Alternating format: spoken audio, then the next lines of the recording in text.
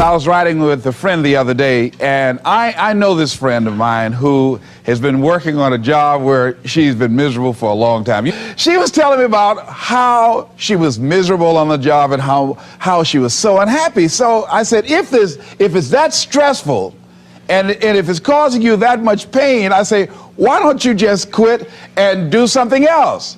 And she said something that really put her in the chorus line with a lot of other people. She said, I would, but. And then I started thinking about that. I said, let me take a poll. So I started talking to other people, and I would ask them what they were doing. And I said, but is that your passion? And they would say no. I said, then what's your real passion? And they would tell me what their real passion was. Then I said, well, then why aren't you doing what you really want to do? Oh, I can do it, but. And they would continue on. So this word, but just kept on coming up. And then it also has some friends like woulda and coulda and shoulda. And one day I'm going to have my own business. Those people who talk about one day I'm gonna. Some of y'all know some of those one day I'm gonna people. Raise your hand. Some of you get up in the morning and look in the mirror at that person. I just tease, all right? So how is it that many times we block ourselves and we use these words almost like we're in a trance, like we're sleepwalking through life, that we find ways to cancel out our dreams? And I think that but is a dream killer, that a lot of things that we want to do, a lot of places we would like to go, a lot of things we would like to experience, and we just stop at but, and we build a case. In fact, I was reading something the other day that talked about but. It says, but is an argument for our limitations. And when we argue for our limitations, we get to keep them. See, but will cause you to procrastinate. But will cause you to hide out behind fear. But will cause you to come up with all type of excuses that you can validate your inaction and not acting on your dream. And right now, more than ever, people need to look for ways to live their dream. People need to look for ways to make it on their own. There is no such thing as job security. There's no such thing as a storm-proof or tragic-proof life. There are no guarantees today, ladies and gentlemen. The illusion is gone. There was a time when we graduated from high school, you were told, go to college and get out, and you go and work for a corporation for 30 or 40 years. They'll give you a gold watch and you'll retire. Special announcement, that day is gone. That day is gone, never to return again. So instead of people living in fear, feeling stressed out, feeling powerless, feeling like victims, I think it should be a time that we need to begin to look at ways that we can become an active force in our own lives. Look at ways when we can decide to take charge of our own destiny. Look at ways when we can decide to design a life of substance and begin to truly live our dreams. And it's time for people to decide, I'm ready to get on with my life. Shake somebody's hand on your right and left. A guy named Bob May said this, don't let nobody turn you around. Do that right quick.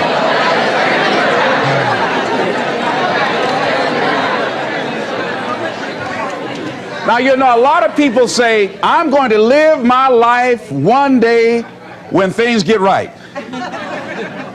When I get all my bills paid. When I get my feet on the ground. I say, what have you been walking on?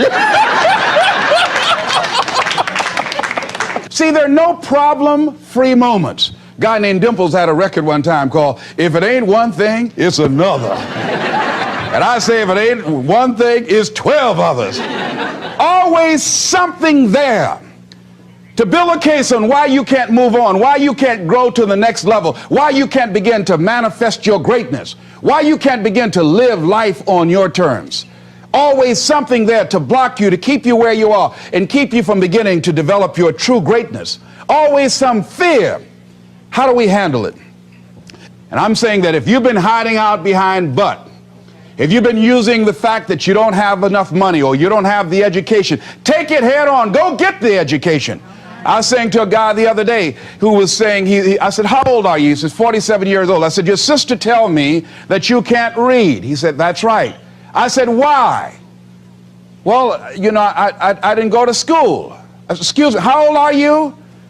47. 47? Yes. And you can't read or write? Yes. Have you ever heard of adult school, adult education? Have you decided that you should learn how to read to begin to expand your world? Why are you using that as a racket? Why don't you decide now that you're going to expand your world, that if other people can learn, you could learn too? Well, it's hard for me. Have you been and sit in a class yet? Have you signed up yet? No, I haven't. See, a lot of people say no, ladies and gentlemen, to things, and they don't even know what they're saying no to. They haven't even challenged themselves. He hasn't even gone to sit into a class and say, teach me how to read. Instead, it's been easier for him to go through life, he thinks, trying to play a whole con game, pretending he knows how to do something that he doesn't know how to do. And you know what? Most of us go through life like that. Most of us go through life pretending that we're satisfied where we are, pretending that everything is okay, pretending that we don't have any special goals or ambitions or desires, when really deep down inside we do really want more.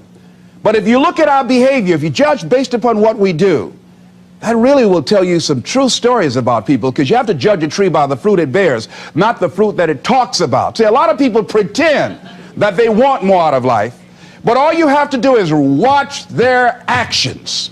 That will tell you something. So I used to pretend that I wanted to lose weight, but how could you tell I was pretending? Watch me when I have a piece of sweet potato pie.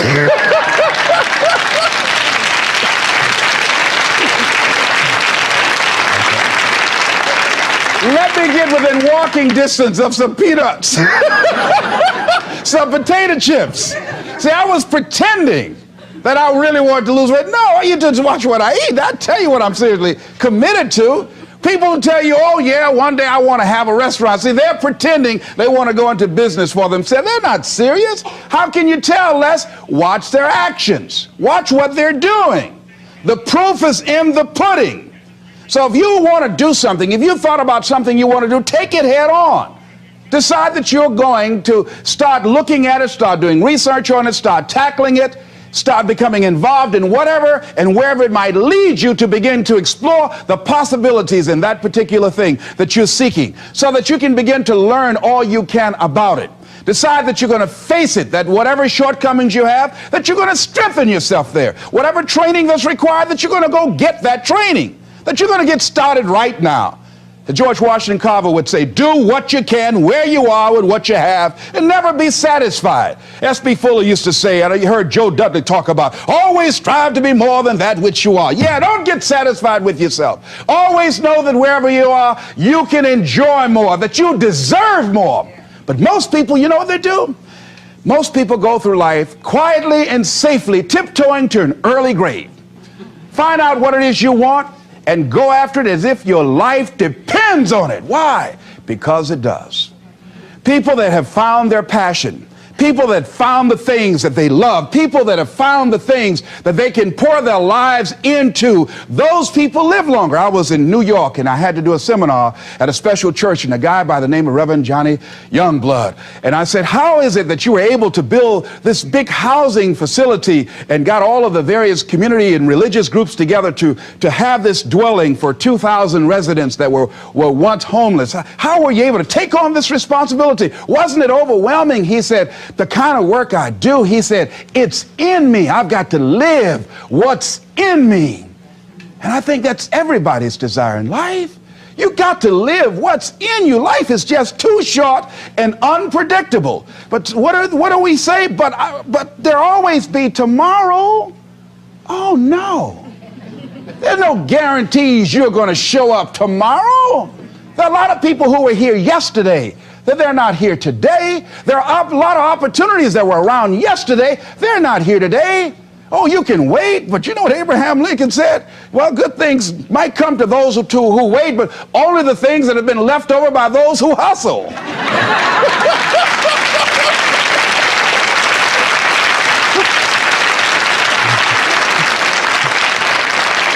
So who want to go through life picking up leftovers? You deserve much more than that. The leftovers is somebody has left you. So take it head on, begin to explore it. Here's something else. decide to do it now. Decide whatever you want to do, that you are now going to become actively involved right now, exploring the possibilities for you. That you're going to look at it and do just a little bit of it right now. When I decided to become a speaker, I didn't just quit my job and just ran out and say, I'm a motivational speaker. No. What I did was I decided to start looking at other people that were involved in the speaking profession. I volunteered to work with some speakers so that I could learn. Whatever you want to do, get your feet wet. Gain some experience doing some volunteer work in the area and find out whether or not this thing you want to do will fit for you. A friend of mine told me he wanted to have a restaurant. I said, have you ever operated a restaurant before? He said, no. I said, well, really, you don't even know if you want one. I said, what's your expertise? What do you bring to the table? He said, I can cook real good. I said, but what about the management side? What about the business part of the restaurant? You're not going to be cooking all the time. Somebody's got to receive the money. Who's going to manage the personnel? He said, you got it right. You got a point there. So this guy got a job in a restaurant in the evening time on a part-time basis. After doing that for a while, he said, you know what? I think I just want to be a chef. He said after working there, people didn't show up to work. He said it's hard to find the help. People weren't responsible. The headaches, the guests were just giving him problems day in and day out. They weren't ever satisfied. He said, no, I just think I'll stick to cooking. See, you got to find out what fits for you.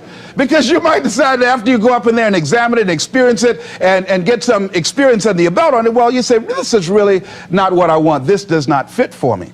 So decide that you're going to do that. Now, John H. Johnson said something that's very important. He said, there's no defense against an excellence that meets a pressing public need.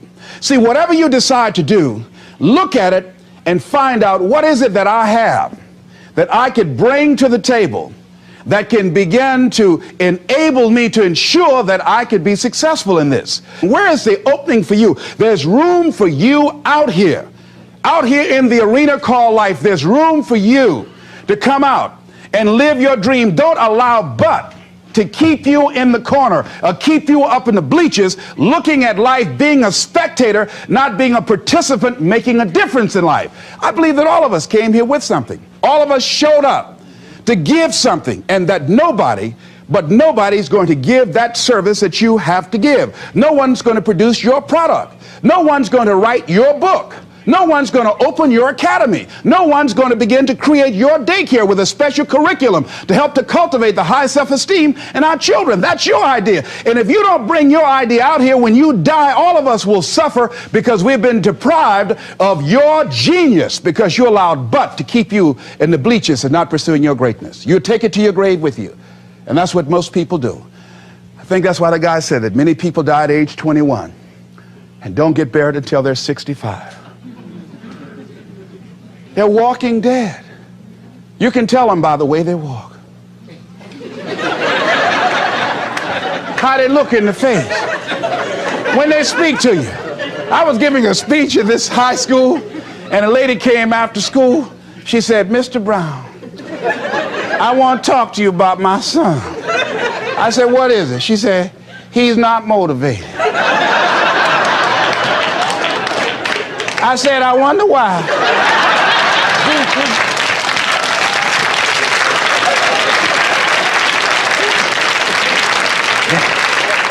You got to have energy, ladies and gentlemen. You got to have life. If you're excited about what you're doing, even in the area of selling, you know people don't buy because of logical reasoning. People buy because of your way of feeling. People don't like to be around dead people. No, let the dead bury the dead. No, keep them away from you before they grab you and want to hold on to you. So the fact that whatever you do, you want to be excited about it. You want to have the kind of excitement that is so contagious that people want to be around you. Because whatever you're doing, whatever you talk to people about, this particular idea that you have, they're looking at you and they want to know, do you believe it? And are you the kind of person they want to be in business with? And if you're not positive, if you're not energetic, if you're not fired up about it, how can you expect anybody else to be fired up about your idea? Am I right? All right, repeat out to me, please. I'm going to be fired up about my dream. I'm going to go at it with everything I got. Shake somebody's hand on your right and left and say, you got what it takes.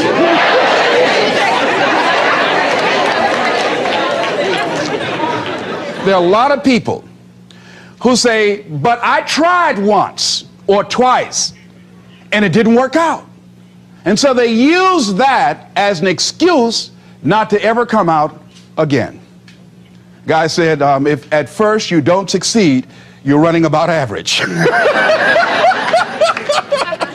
So if you have come out here with an idea and it didn't work out 2 or 3 times, well, that's all right. You're running about average. You know, I heard something, a jarring question. It says, why is it that people prefer known hells to unknown heavens? You know why? Because it's comfortable, ladies and gentlemen. I remember I was in a service once, and I heard Dr. Johnny Coleman give this example. She talked about a man who had been captured behind the enemy lines in a war and was sentenced to be killed or another option. The captain said to the guy, listen, he said, tomorrow morning at 6 o'clock, you can face the firing squad, or you can go out this door over here. And the guy said, what's out the door? He said, no one knows. All we can tell you are just unknown horrors. He thought, and the next morning he selected the firing squad. After the shots rang out, the captain's secretary said, what's beyond that door? And he said, freedom. But very few people would select to do it because it's unknown. See, a lot of people never live their dreams. A lot of people never do the things they want to do. A lot of people stay on jobs where they're miserable. I read an article called, Is Your Job Making You Sick? A lot of people, some of y'all know about that already here. So go on and say amen, it's all right. That one lady told me, she said, when I used to go to work, she said, when I stepped in the door, it felt like a refrigerator dropped on my shoulders.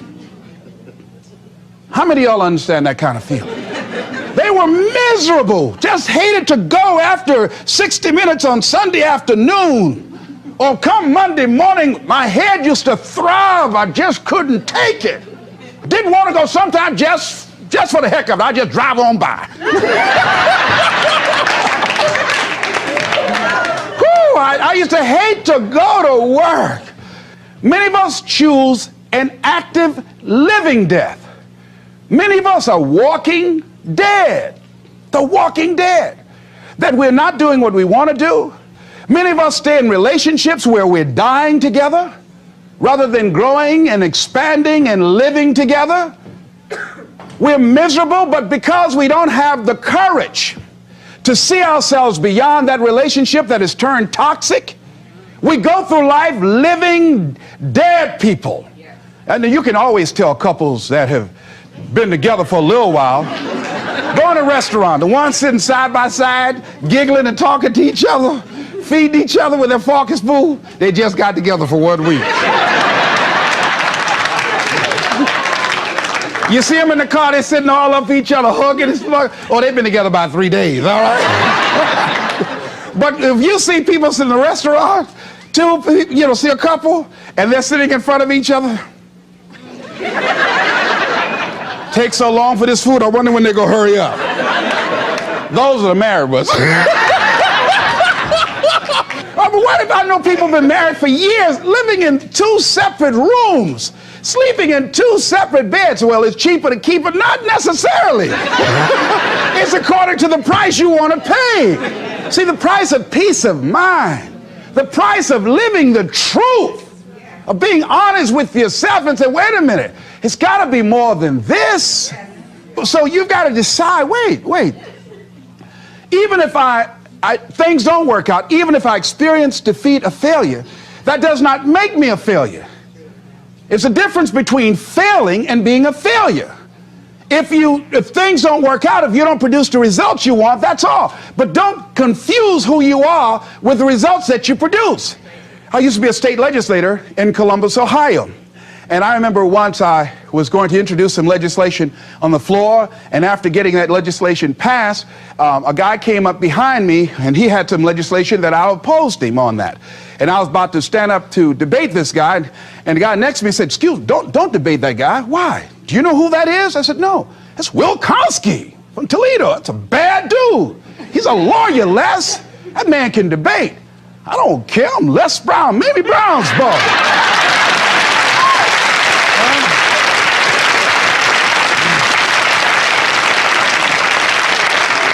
So I raised my hand. "Mr. Speaker," he said, "the gentleman from the 29th House District." I said, "Yes, sir. To tell the gentleman I'd like to take him on. Challenge him on this legislation." He said, Will Kosky said, "I would more than like to, Mr. Speaker." Everybody would say, "Whoa." I asked him some questions. He responded. I say, I wonder why I asked that man that question. Will Kosky wore me out. I mean, I was so embarrassed, I just limped back to my room with my yes, I can attitude. However, here's what I learned. When you win, see, if I win a debate, I win because of what I know. When I lose because what I don't know. So I had to check out, what is it that I did not know? I wasn't prepared. I did not do enough research. I did not do my homework. So he handled me like he wanted to. So I came back again. I waited on some other legislation, did my homework, but he was more than able to take me out again. But pretty soon, each time it would become a little bit more difficult and a little bit more difficult. And the older guy said, "Would you argue in behalf of this legislation for me?" I said, "Sure." I started volunteering to do work in the legislative committees for the older guys. I said, "Absolutely." And the more I did it, the better I became. And then people began to start respecting me. And when I would ask and say, "Mr. Speaker, I'd like to speak on that bill," some guys' lips start trembling and stuff, like Jimmy. Oh, wait a minute, is there anything wrong? Do we have a problem here?